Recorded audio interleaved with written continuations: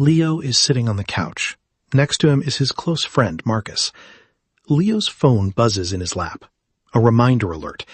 10 p.m. Review portfolio. Leo glances at it, then makes a move to stand up.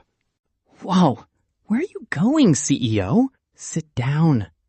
I told you guys, I've got that online certification course exam tomorrow morning. I need to clear my head. Bro, you've been studying for 3 months. You're becoming a ghost. One night isn't gonna kill your career. Don't be a buzzkill. Leo sits back down. He smiles and shrugs. And in that exact microsecond, Leo feels a sickening, familiar ache in his chest. Everyone has experienced this. It's not a movie villain pointing a gun at your dreams. It's the smiling face of your best friend, offering you a distraction wrapped in affection. Leo notices the subtle patterns he's been blind to for years. Every time he mentions a diet, someone orders fries for the table and tells him to eat. Every time he saves money, they plan an expensive trip he can't afford and call him grandpa when he refuses. Every time he tries to sleep early, they call him boring. They don't want him to fail. They just want him to stay exactly where they are, because his ambition makes their comfort zone feel dangerous. Leo realizes the most dangerous saboteurs don't come with knives. They come with excuses.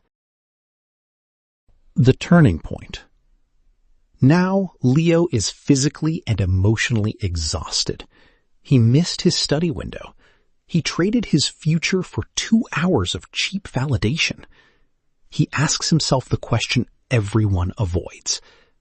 Why did I stay? The answer hurts.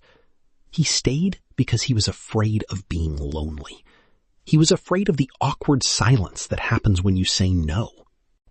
Leo realizes that the silent sabotage only works because of his own complicity. His friends aren't holding him back. His desire to please them is. They are throwing the anchor, but Leo is the one willingly tying it around his own ankle.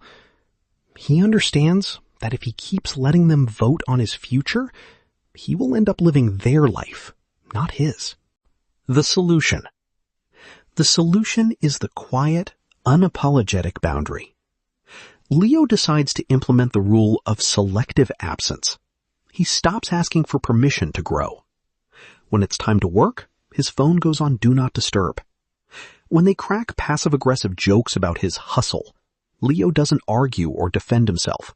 He just lets the comments sit in the air. He learns to accept a difficult truth. You cannot change the people around you, but you can change the people around you. He begins to seek out spaces where ambition isn't insulted, but expected. He doesn't abandon his old friends. He just stops giving them a vote in a life they aren't building. It wasn't easy. The text messages slowed down. The invitations grew fewer. For a while, Leo felt the sting of isolation. But today, Leo looks at what he's built. The certification is done. The business is growing. His mind is clear.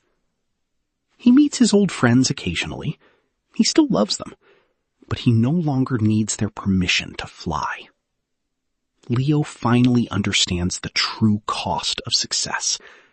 It requires a willingness to walk through the fire of loneliness to reach the cool air of freedom.